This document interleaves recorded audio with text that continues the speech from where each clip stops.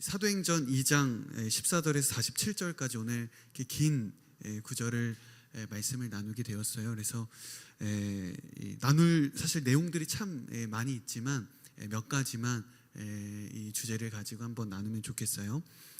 지난주에 저희가 오순절 성령이 임한 역사를 이렇게 보았잖아요. 급하고 강한 바람 같은 성령이 임했죠. 그래서 성령이 임하니까 각기 다른 이 제자들이 각기 다른 나라의 방언으로 이야기했다는 것을 우리가 지난주에 이렇게 보았잖아요. 지난주 예배 다 드리셨죠? 네, 함께 이렇게 나눴었잖아요. 초자연적인 하나님의 역사였어요. 그리고 놀라운 은혜의 현장이었습니다. 이때 이 총 세 부류의 사람들이 있었어요. 첫 번째 기도하는 120명의 제자들이 있었잖아요. 그리고 두 번째가 그 제자들을 보고 놀란 사람들이 있었어요. 하나님의 큰 일을 행하시는 것을 보고 놀란 사람이 있었고, 그리고 세 번째는 이 제자들을 보고 조롱하는 사람들, 크게 세 부류의 사람들이 있었어요. 한번 생각해 보세요. 이 120명의 사람들이 다락방에서, 크지 않은 방에서 수많은 인파가 모여드는 이 상황 속에서 기도하고 성령으로 방언을 하고 있었다는 거예요. 정신없었던 상황이었겠죠. 그런데 그 자리에 갑작스럽게 베드로와 그리고 11사도가 일어나게 되는 거예요. 벌떡. 그리고 시선을 주목시키고 본격적으로 설교가 시작됩니다. 그게 바로 오늘 본문부터 나오는데, 이 첫 베드로의 이 첫 설교가 정말 중요한 의미를 담고 있어요. 왜 중요하냐면 제가 말씀드렸던 이 세 종류의 사람들이 있었다고 했잖아요. 모두에게 해당이 되고 적용이 돼야 되는 설교였기 때문입니다. 첫 번째 사람들, 제자들이었잖아요. 120명. 이 제자들이 이 성령을 경험했고 성령의 임재를 이렇게 느끼게 되었잖아요. 만약에 방언 기도에만 그들이 빠져 있었다면, 신비한 현상에만 사로잡혀 그들은 사명을 감당하기 위해 땅끝까지 복음을 전하러 가지 않았을 거예요. 그래서 이 베드로의 설교는 120명의 제자들에게 사명을 다시 한번 일깨워주고 그들이 어디에 있어야 하는가를 알려주는 설교가 되었어요. 두 번째 부류가 제자들을 보고 놀란 사람들이었잖아요. 이들에게 베드로의 설교는 이 성령 강림의 사건이 이상하거나 신비적이거나 그런 일시적인 현상이 아니라 하나님께서 약속하신, 그리고 하나님이 일깨워 주시는, 함께 하시는 성령이다. 이것을 두 번째 분류의 사람들에게 깨닫게 했던 거예요. 그리고 세 번째, 제자들의 방언을 하는 것을 보고 조롱했던 사람들이 있었죠. 이 설교는, 베드로의 설교는 구약의 예언이 지금 이 자리 가운데 성취되어지고 있다, 하나님의 일이다라는 것을 깨우치게 했어요. 그래서 지금 이 마가의 다락방에서 임한 이 성령 이후의 베드로의 첫 설교는 이 초자연적인 이런 상황들, 이런 성령의 역사를 이렇게 말씀으로 해석하고 이 현실을 말씀으로 이렇게 풀어냈다는 것에 있어요. 그래서 참 중요한 베드로의 설교가 시작되는 지점이에요. 그런데 어떤 말씀을 인용했어요? 요엘서의 말씀을 인용했다는 거죠. 우리 17절에서 21절까지 한번 읽어볼까요? 함께 읽습니다. 시작. 하나님께서 말씀하셨습니다. 마지막 날에 내가 내 영을 모든 육체에 부어주겠다. 그래서 너희 아들들과 너희 딸들은 예언을 하고 너희 젊은이들은 환상을 보고 너희 나이 든 사람들은 꿈을 꿀 것이다. 그날에 내가 내 남종들과 여종들에게도 내 영을 부어주겠다. 그래서 그들이 예언을 할 것이다. 또 내가 위로 하늘에서는 기사들과 아래로 땅에서는 표적들을 나타낼 것이다. 곧 피와 불과 자욱한 연기이다. 주의 크고 영화로운 날이 이르기 전에 해가 변해 어둠이 되고 달이 변해 피가 될 것이다. 그러나 누구든지 주의 이름을 부르는 사람은 구원을 얻을 것이다. 아멘. 베드로는 정확하게 마가의 다락방에서 성령이 임한 이 상황을 말씀으로 해석해 냈어요. 베드로의 설교가 아니었다면 자칫 혼란스러울 수 있었던 정리가 되지 않을 수 있었던 이 상황을 베드로가 성경의 말씀을 인용해서 풀어냈고 정리한 거예요. 우리가 주목해야 되는 것은 무엇이냐면 한 가지 지점이 있는데, 이렇게 황홀하고 경황 없는 성령이 임한 이 사건 속에서, 이 상황 속에서 어떻게 적재적소에 정확하게 이 요엘서의 말씀을 인용해서 이 상황들을 해석했는가라는 거예요. 네. 오늘날에도 요엘이 신약인지 구약인지 모르는 사람들이 많이 있잖아요. 요엘 어디에 있는지 다 아시죠? 네. 뭐 학계, 뭐 미가 이런 것들 모르는 분들도 많이 계실 텐데, 당시에 지금도 모르는 사람이 있는데 작은 책이잖아요. 그러니까 몇 장 안 되잖아요. 그 당시에는 더 말할 것도 없죠. 그런데 지금은 이렇게 우리가 이렇게 성경책을 가지고 다니고 교회만 보면 성경책이 있지만, 당시에는 성경책을 구경을 하기도 너무나도 힘들었다는 거예요. 그 당시의 성경은 성전이나 회당에 가야만 그나마 볼 수 있었어요. 그나마 이 두루마리로 된 것. 당시의 성경은 두루마리 형식으로 되어 있었는데, 이렇게 두루마리 형식으로 이렇게 돌돌 말려져 있고 양피지에 성경을 이렇게 기록을 했어요. 그러니까 얼마나 비쌌겠어요. 양피지에 이렇게 빼곡빼곡, 이렇게 그러니까 띄어쓰기를 할 수가 없었던 거죠. 그러니까 빼곡빼곡하게 양피지에 성경을 적고 그것을 두루마리로 이렇게 말아서 이렇게 책별로 보관을 했겠죠. 구절도 나눠지지 않는 그냥 통으로 된 그 성경이 있었다는 거예요. 보고 싶다고 해서 내가 마음대로 꺼내 볼 수도 없었어요. 그래서 회당에 가면, 성전에 가면 제사장들이나 선지자들이 성경을 읽어줄 때만 비로소 성경을 들을 수 있었던 거예요. 그래서 구약에서 보면 쉐마, 이스라엘아 들으라. 그러니까 이 듣는 말씀으로 암송하고 이것이 발달될 수밖에 없었던 것은 성경을 온전하게 우리가 소유하고 읽고 쓰고 할 수 없었기 때문이에요. 그렇게 성경이 귀했던 거예요. 그런데 이런 조건 속에서 베드로가 요엘서의 말씀을 정확하게 인용해서 이렇게 설교를 정확하게 할 수 있었다? 이것은 기적에 가까운 일이죠. 놀라운 일이에요. 즉흥설교란 거잖아요. 그렇다면 생각해 볼 수 있겠죠. 베드로가 요엘서의 말씀을 철저하게 암송을 했거나, 아니면 두루마리 성경 하나를 뽑아서 읽었거나, 물론 두루마리 성경에서 뽑아서 읽는 것만으로도 대단한 일이죠. 요엘서를 정확하게 베드로가 알고 있었다는 거예요. 창출 레민신을 우리가 모세 오경이라고 하잖아요. 그러니까 두꺼운 책이고 가장 중요하게 생각하는 책이잖아요. 유대인들에게 지금도. 그런데 이 모세 오경도 아니고 지극히 작은 요엘서 소선지서, 요엘서까지 정확하게 베드로가 알고 있었다는 거예요. 그것을 보면 또 오늘 설교를 보면, 오늘 이렇게 전체 맥락을 보면 구약의 말씀을 시편을 포함해서 4개를 인용해요.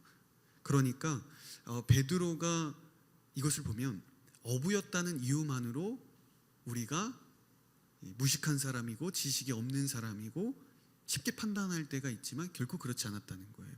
그러니까 베드로는 철저하게 어떤 사람이었다? 말씀의 사람이었고, 그리고 말씀 속에서 장차 도래할 메시아를 갈망하는 사람이었다는 것을 우리가 이 설교를 통해서 알 수 있는 거예요.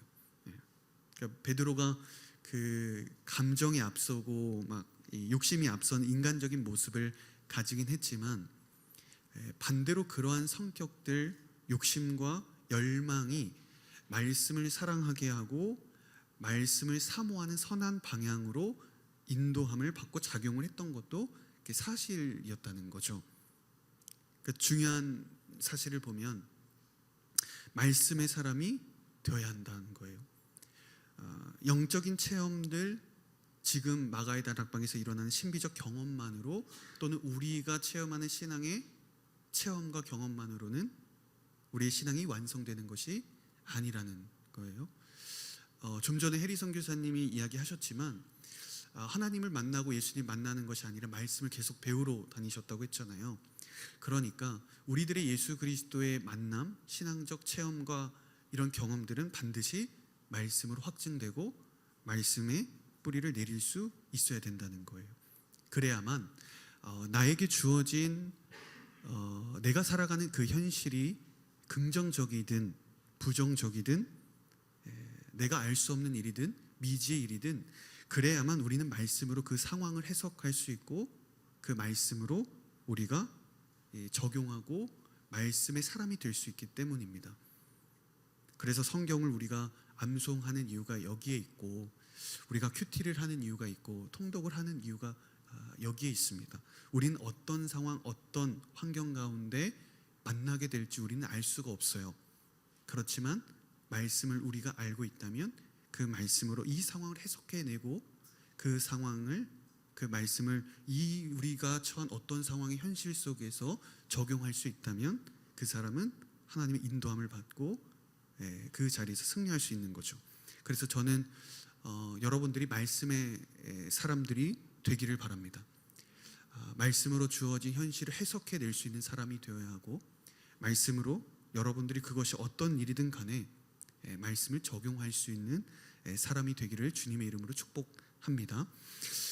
요엘의 말씀을 보면 17절을 보면 이렇게 기록해요. 마지막 날에 내 영을 모든 육체에 부어주겠다라고 얘기를 합니다. 구약에서는 성령이 누구에게만 임했어요? 선지자 또는 제사장, 왕에게만, 특별한 사람들에게만 임했잖아요. 그런데 이제 모든 육체에게 성령을 부어주겠다라고 약속하시고 부어주시고 있는 거예요. 이제는 인종과 성별과 계급과 민족과 상관없습니다. 나이에도 상관없어요. 예수 그리스도를 믿는 모든 이들에게 주님은 성령을 부어주십니다. 그러니까 해리 선교사님도 인도의 분이시지만 성령을 받고 이렇게 하나님 앞에 헌신할 수 있는 거잖아요. 오순절에 성령이 임했다는 것, 그리고 성령을 받은 사람들이 다른 나라의 방언으로 이야기를 했다는 것은 그래서 차별 없이 구원의 은혜가 모든 백성과 민족에게 임할 것을 미리 보여주는 사건이었던 거예요, 사실은. 그리고 그들이 다른 나라의 말로 방언하고 하는 제자들이 이제 곧 땅끝까지 이르는 복음의 증거자가 되겠죠. 다른 나라의 말로 해석하는 그 사건은 그래서 단순하게 신비적 현상이 아니라 하나님께서 앞으로 이 사람들을 통해 이루실 하나님의 놀라운 성령의 역사를 보여주는 사건이었던 거예요. 그래서 오순절의 성령은 태생적으로 온 열방을 향할 수밖에 없습니다. 성령이 임하면 반드시 땅끝까지 이르는 증인이 될 수밖에 없는 태생적인 이 성령의 능력을 담고 있는 거예요. 사도행전 1장 8절에 이렇게 약속하셨어요. 우리 함께 읽어볼까요? 시작. 그러나 성령께서 너희에게 오시면 너희가 권능을 받고 예루살렘과 온 유대와 사마리아와 땅끝까지 이르러 내 증인이 될 것이다. 아멘. 성령은 이제 모두에게 임하는 영이잖아요. 그래서 성령을 받은 사람들은 반드시 땅끝까지 나아가는 증인이 될 수밖에 없고 또 그래야만 합니다. 땅끝 가운데 서 있는 그 누구에게도 어떤 사람에게도 성령이 임하기 때문이에요. 그래서 내가 정말 이 성령을 받은 사람인가, 성령의 세례를 받고 성령의 사람인가를 알 수 있는 것은 무엇이냐면 내가 지금 복음을 전하고 말씀을 나누고 가르치고 전도하고 있는가, 이것을 보면 알 수 있어요. 성령은 전도와 선교의 영이기 때문입니다. 그래서 저는 여러분 모두가 이 성령으로 말미암아 복음을 전하는 그런 담대한 증인들로 세워지기를 주의 이름으로 축복합니다. 우리 계속 읽어볼게요. 25절에서 28절입니다. 시작. 다윗이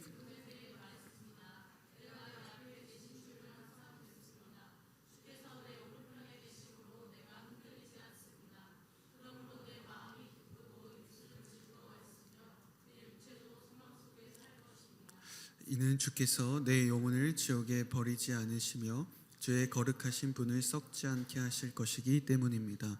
주께서 내게 생명의 길을 알려주셨으니 주 앞에서 내게 기쁨을 가득 채워 주실 것입니다. 아멘. 이 구약 성경이 시편의 말씀을 인용한 거예요. 16편의 말씀을 인용했어요. 또 한 번 시편의 말씀을 자유자재로 인용할 수 있는 베드로의 놀라운 이 탁월한 말씀의 사람임을 우리가 알게 되죠. 근데 여기서 다윗이 자신을 어떻게 지칭하고 있어요? 1인칭으로 지칭하잖아요. 내가 내 앞에 이렇게 이야기를 하죠. 그런데 주를 항상 뵙습니다. 주께서 오른편에 계시다. 그 주는 누구를 가리킬까요? 네. 구약이니까 여호와 하나님을 가리키는 거죠. 그러니까 베드로는 다윗이 지칭한 1인칭 나를 누구라고 해석하고 있냐면 예수 그리스도라고 이야기하는 거예요. 왜? 분명히 다윗이 나 자신이라고 했는데 베드로는 이 말씀을 인용하면서 왜 그 나가 예수 그리스도라고 이야기를 했을까? 29절에서 31절까지 읽어보면 됩니다. 우리 함께 읽어보겠습니다. 시작. 형제들이여, 나는 여러분에게 조상 다윗에 대해 담대히 말할 수 있습니다. 죽어 장사돼 그의 무덤이 오늘까지 우리 가운데 있습니다. 다윗은 예언자이기에 하나님께서 그에게 맹세하셔서 그의 몸에서 날 자손을 세워 그의 보좌 위에 앉히시리라는 것을 알고 미리 내다보면서 그리스도의 부활에 대해 그가 지옥에 버림을 당하지 않고 그의 육신이 썩음을 보지 않았다라고 말했습니다. 왜 나라는 1인칭이 다윗이 아닌 예수 그리스도가 되어야 하는가? 첫 번째, 다윗이 죽었기 때문이에요. 당연하죠. 그리고 다윗은 그래서 예언자였고 예수는 다윗의 자손이라고 이야기하는데 다윗이 죽었으니 당연히 다윗은 메시아가 될 수가 없잖아요. 그냥 예언자일 뿐인 거죠.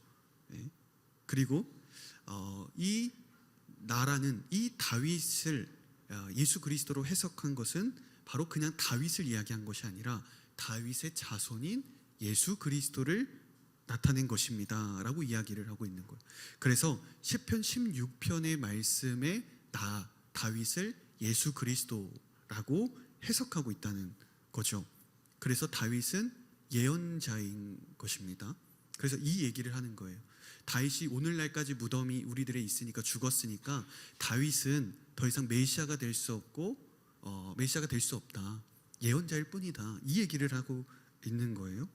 그러니까 이 인용 구절을 통해서 베드로가 예수 그리스도의 죽으심과 부활하심을 정확하게 설명을 해냈어요.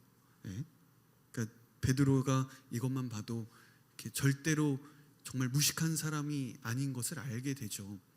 설사 무식한 사람이었어도 지금 베드로는 성령을 받은 성령의 지혜로 사로잡힌 사람인 거죠. 그래서 이 말씀의 사람이라는 것은 성령에 온전하게 붙들린 사람이다라는 것을 우리가 알게 됩니다. 그래서 더 중요한 말을 마지막에 언급해요. 32절을 읽어볼게요. 시작. 예수를 하나님 살리셨습니다. 이 일에 대해 우리 모두가 증인들입니다. 우리 모두를 무엇이라고 표현하고 있어요? 증인들이다. 그러니까 증인이라고 하면 조건이 필요해요. 보거나 듣거나 직접적으로 체험을 해야 우리가 증인이 되잖아요. 증언을 할 수 있잖아요. 그런데 잘 한번 생각해 보면 12제자와 몇 명의 제자들을 빼고는 예수님의 부활을 직접 목격한 사람이 없어요. 그런데 어떻게 증인이 될 수 있겠느냐는 말이죠. 그렇잖아요. 그러니까 예수를 하나님께서 살리신 것을 보지 못했는데 어떻게 증인으로 세움을 받을 수 있고 우리가 증인으로 부름을 받을 수 있을 것인가? 그것은 베드로가 말하는 거예요. 성령이 임한 것을 통해서. 근데 그 성령이 우리 안에 내주하심으로, 성령을 직접 체험하심으로 우리가 증인으로 세워진다는 거예요. 우리가 눈으로 보고 직접 예수 그리스도를 손과 발을 만져보진 않았지만 성령께서 우리 안에 계시고 성령이 우리 안에 내주하시는 한 우리는 부활의 증인이 된다라고 이야기를 합니다. 33절에 이 얘기를 하는 거예요. 우리 계속 읽어볼게요. 시작. 하나님께서는 이 예수를 높이 올리셔서 그분의 오른편에 앉히셨습니다. 높임 받으신 예수께서는 아버지께서 약속하신 성령을 받아 우리에게 부어주셨는데 지금 여러분이 보고 듣는 것이 바로 이것입니다. 그러니까 성령은 언제 임하는 거예요? 예수 그리스도께서 죽으시고 부활하셔서 하나님의 오른편에 앉아 계실 때 그때 예수님이 성령을 보내주시는 거예요. 그러니까 지금 오순절 마가의 다락방에서 성령이 임했다는 것은 예수 그리스도께서 죽으시고 부활하셔서 하나님의 오른편에 계시다는 뜻인 거예요. 그러니까 성령이 모든 사람에게 임했던 거죠.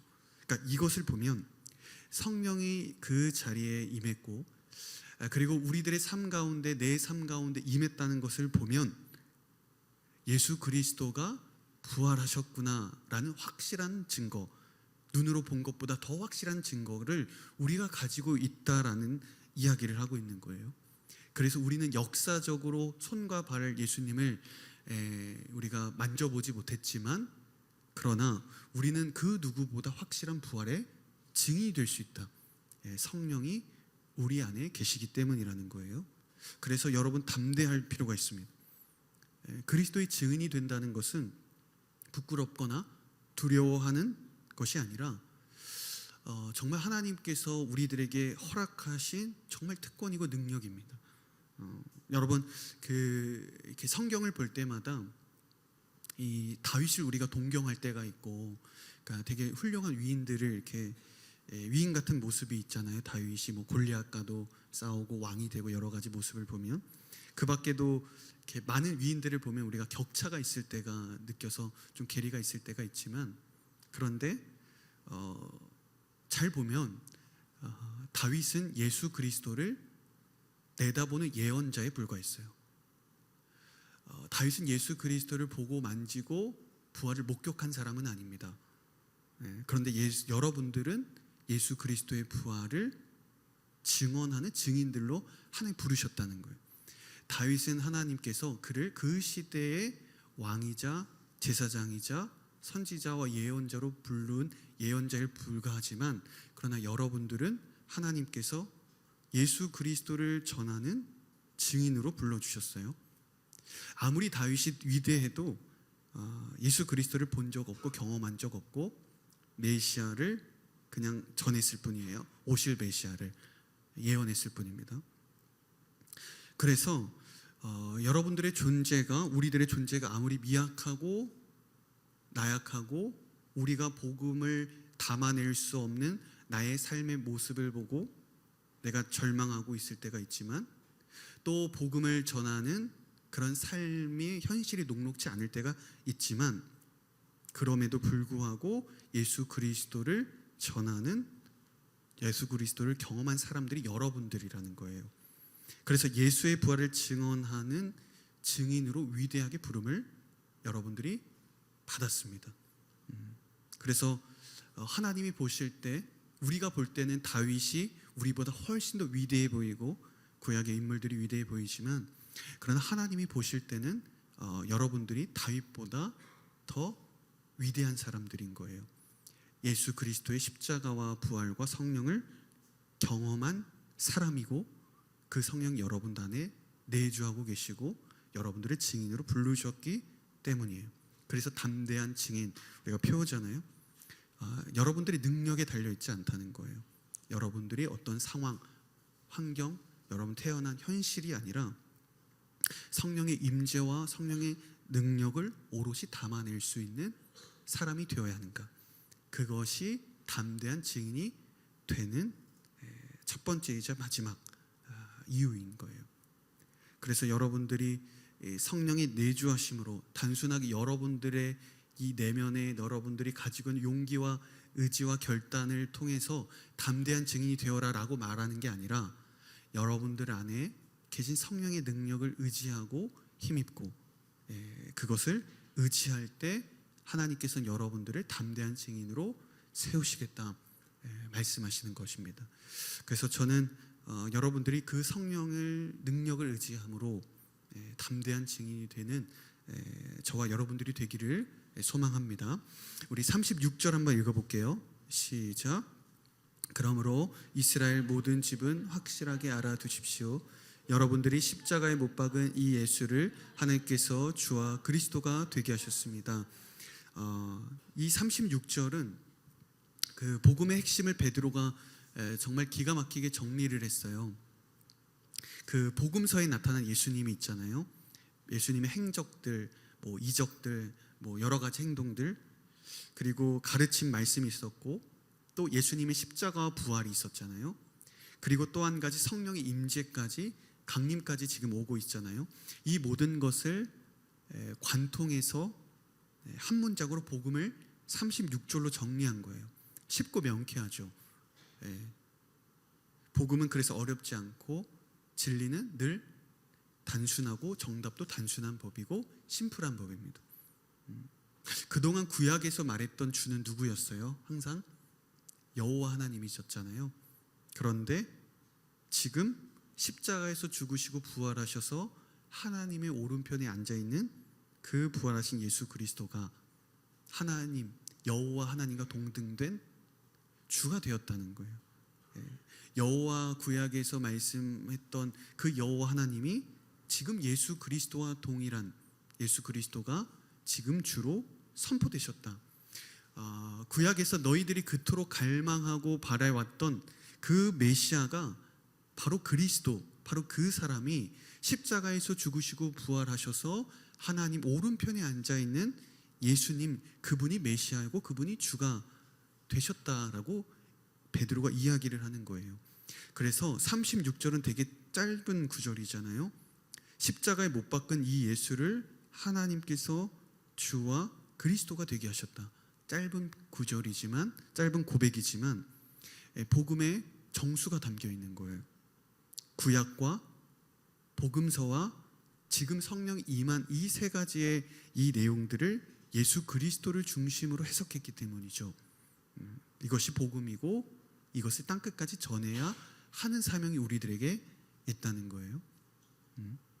단순하고 명확하고 복음은 분명합니다. 이 복음을 내가 온전히 고백하고 그 고백대로 살아가는 것이 사실은 신앙생활의 전부죠. 그런데 우리가 스스로 이것을 꼬여서 어렵게 받아들일 때가 있고 그럴 때가 있죠. 내 인생의 주인은 오직 예수 그리스도 한 분이시죠. 오직 죽음에서 부활하신 예수님만이 나의 삶의 전부이십니다. 이것이 우리들의 모두 고백이 되어야 하는 거죠. 그런데 우리가 얼마나 많은 세상 가운데 주인으로 삼고 있는 것들이 참 많아요. 이성, 돈, 욕심, 뭐 성공, 명예, 자존심, 이들 예수님을 대체하는 것들이에요. 그래서 팀 켈러 목사님이 내가 만든 신이라는 책에서 이렇게 이야기를 하고 있어요. 한번 잘 들어보세요. 우상이란 무엇인가? 무엇이든 당신에게 하나님보다 더 중요한 것이다. 무엇이든 하나님보다 더 크게 당신 마음과 생각을 차지하는 것이다.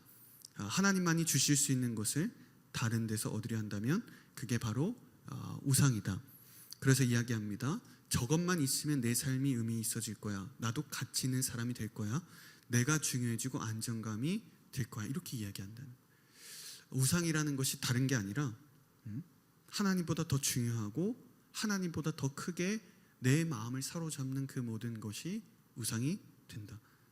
그리고 예수님을 대체할 수 있다고 생각하는 그 모든 것이 우상이 되고 두 주인을 섬기는 모습이 된다는 거예요.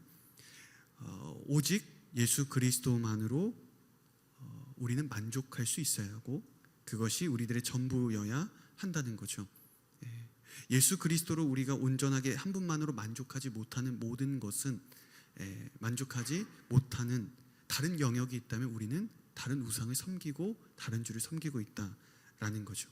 그래서 오직 예수 그리스도만이 여러분들의 유일한 삶의 주인이십니다 라는 고백이 저와 여러분들의 삶 가운데 넘치기를 주의 이름으로 축복합니다. 우리 37절 38절 한번 읽어볼게요. 시작. 그러자 그들이 듣고 마음이 찔려 베드로와 다른 사도들에게 형제들이여 우리가 무엇을 해야 합니까 하고 물었습니다. 이때 베드로가 대답했습니다. 회개하십시오. 그리고 여러분의 죄를 용서받기 위해 예수 그리스도의 이름으로 여러분이 각각 세례를 받으십시오. 그러면 여러분이 성령의 선물을 받게 될 것입니다. 아멘. 베드로의 설교를 들은 사람들의 마음이 이렇게 찔림이 온다. 정확하고 명확한 진리의 말씀 반드시 심장을 관통하는 힘이 있다. 그러니까 베드로가 말하고 있어요. 회개하라, 죄 사함의 세례를 받으라. 그러면 성령의 선물을 받을 것이다. 베드로는 오늘 설교 제목처럼 우리가 무엇을 할 거라고 묻는 사람들에게 그들이 살아가야 할 살 길을 알려주고 있어요. 사악한 세대로부터 구원받는 길을 가르쳐주고 있었어요. 제가 최근에 한 책을 읽다가 정확한 책이 기억은 나지 않지만 어느 한 구절이 이렇게 저에게 크게 이렇게 경각심을 주는 이야기였어요. 어떤 내용이었냐면 우리가 지금 가장 요긴하고 우선적으로 다루어야 할 일은 무엇인가? 목회자들 스스로의 먼저의 구원의 문제다라는 것이었어요. 그러니까 저에게 참 찔림이 있었어요. 목회자들이 먼저 구원의 문제를 올바르게 다루어야 한다. 사실 가장 많이 구원을 이야기하고 선포하고 복음을 이야기하는 사람들이 목회자잖아요. 그런데 구원을 점검해야 된다라고 이야기하는 거예요. 근데 듣고 보니까 맞는 것 같아요.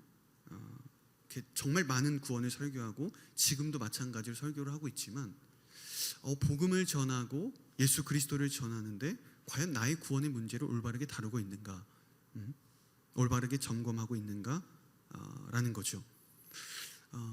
이 자리 가운데 여러분들 가운데도 이렇게 다양한 모습으로 이렇게 섬기잖아요. 아침부터 교사를 하신 분도 계실 거고 또 뭐 직장에서든 학교에서든 내가 원하든 원하지 않든 내가 부르심의 자리에 서 있고 내가 크리스천이고 내가 학생들에게 무언가를 가르치고 구원을 가르치고 복음을 나타내며 살아가고 있어요. 그런데 정작 나 자신은 구원의 은혜와 감격, 예수 그리스도의 구원의 믿음 가운데 올바르게 살아가고 있는가 돌아볼 필요가 있다는 거죠. 내가 구원의 확신을 갖는다는 것과 내가 구원을 점검한다는 것은 다른 뜻입니다. 지금 내가 회심하고 주님께로 돌이켰는가? 여전히 내가 주님 앞에 돌이키고 있는가? 내가 지금 가는 방향이 올바르게 가고 있는가? 끊임없이 내가 죄 사함의 용서를 구하고 있는가? 지금 나는 성령으로 세례를 받았는가? 내가 구원의 기쁨과 감격을 매일 누리고 있는가? 정말로 내 삶 가운데 주인이 예수 그리스도임을 내가 고백하는가? 이것을 매일 점검할 수 있어야 된다는 거예요. 내가 구원을 확신을 갖고 구원을 받았다는 그런 고백과는 별개로 구원을 가르치면서 구원의 은혜를 잃어버리는 삶을 가장 많이 살아갈 수 있는 사람들이 사실은 우리들인 거죠. 그래서 우리는 구원을 말하면서 항상 우리들의 구원을 점검할 수 있는 사람이 되어야 할 줄로 믿습니다. 우리 40절, 41절 마지막으로 읽어볼게요. 시작. 베드로가 이 세대로부터 구원을 받으십시오라고 말하면서 다른 여러 가지로 확장하며 그들을 권했습니다. 그러자 베드로의 말을 받아들인 사람들이 세례를 받았고 그날 믿는 사람의 숫자가 약 3,000명이나 더 늘었습니다. 아멘. 그 베드로가 마지막 그 설교를 하는데 이 사악한 세대로부터 구원을 받으십시오라고 이렇게 사악한 세대다라고 이야기를 하고 있어요. 그 오늘날 갈수록 그 세대가 더 악해지고 있다고 우리가 모두 알고 있잖아요. 그 가장 힘든 시대를 가면 갈수록 살아가고 있다라고 고백을 하죠.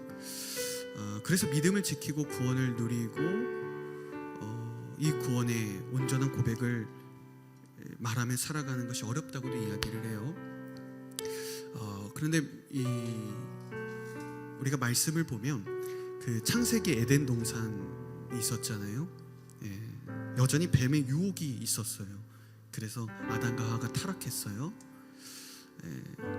시간이 흘렀어요. 이집트의 제국 아래 히브리인들이 노예살이했어요. 네. 그리고 바벨론의 제국 아래 포로로 모두가 끌려갔어요. 그래서 바벨론의 포로 생활합니다. 네. 그리고 지금은 이스라엘이 로마 제국 아래 식민지 가운데 있어요. 이렇게 성경을 보면 말씀을 보면 천지창조 이후부터 지금까지도 한 번도 세대가 사악하지 않은 적은 없었어요. 늘 하나님의 백성들은 그 세상의 사람들로 하여금 세대로 하여금 우상 숭배를 강요당했고 박해하고 믿음을 빼앗으려고 했어요. 이게 오늘날의 일만은 아니고 창세기부터 요한계시록까지 그리고 오늘날까지도 항상 그렇게 우상 숭배를 강요하고 믿음을 빼앗으려고 했던 세대 속에서 살아왔다는 거죠. 그런 상황 속에서 신실하게 믿음을 지키며 살아갔던 사람들의 이야기가 성경 이야기잖아요. 선조들의 구원은 이렇게 어두운 세대 속에서 얻어진 값비싼 구원이었어요. 오늘날에 보면 이렇게 베드로가 이야기한 것처럼 그 죄사함, 그 회개, 회심, 그 세례 이런 단어들이 참 무능력해 보이는 시대를 살아가고 있죠. 이것이 나의 삶에 닥친 관계의 문제들, 그리고 나의 인생 가운데 진로의 문제들, 승진의 문제들, 명예의 문제들, 어떤 결혼의 문제들, 어떤 것도 이런 단어들이 우리의 삶의 문제를 해결해 줄 것 같지 않은 것처럼 보이잖아요. 하지만 이 회개와 이 죄사함, 이 성령, 예수 그리스도를 우리의 삶의 주인으로 모시는 그것이 우리들의 유일한 능력이 된다는 것을 성경이 증언하고 있는 거예요. 예수님은 갈릴리 출신이었고 어떠한 백그라운드도 어떠한 명예도 어떠한 학벌도 없었어요. 비참하게 십자가에 달려 죽으셨잖아요. 사람들이 보면서 조롱하고 미워하고 원망하고 정말 무시했던 예수 그리스도였죠. 그런데 바로 그 십자가에 달리신 예수 그리스도께서 온 세상을 다스리는 능력의 주가 되셨다 고백하고 있는 거죠. 사역한 세대일수록 그래서 저희들의 선택은 더 명확해야 되고 더 분명해야 되는 것은 분명해요. 그 시대나 지금이나 동일합니다. 회개하는 것이고 우리가 성령으로 세례를 받는 것이고 우리가 예수 그리스도를 유일한 주인으로 고백하고 복음을 온전하게 붙잡는 것이 이것이 능력이라는 거예요. 이것이 마지막 날을 살아가는 우리들의 유일한 선택이어야 한다는 거죠. 보기에는 죄사함, 회개, 회심, 세례 정말로 아무것도 아닌 것처럼 보이고 무능력해 보이고 이것이 나의 삶의 문제를 하나도 해결해 줄 것 같지 않은 이런 단어들, 이런 고백들이 그러나 사실 우리를 유일한 길로 인도하는 가장 중요한 믿음의 고백이 되고 있습니다. 이것이 우리가 평생 동안 붙잡아야 되고 여전히 지금도 점검해야 되는 것이라는 거죠. 그래서 저는 여러분들이 한 주간의 삶 속에서도 이런 예수 그리스도의 복음 이것을 온전하게 믿고 고백하는 여러분들이 되기를 소망합니다. 오직 예수 그리스도 나의 삶의 주인 되시고 우리가 죄사함을 받고 회개하고 주님 앞에 성령의 능력을 받는 그것이 우리가 이 세상을 살아가는 하나님이 주시는 능력임을 고백하고 나아가는 다윗 공동체 여러분 모두가 되기를 주의 이름으로 축복합니다.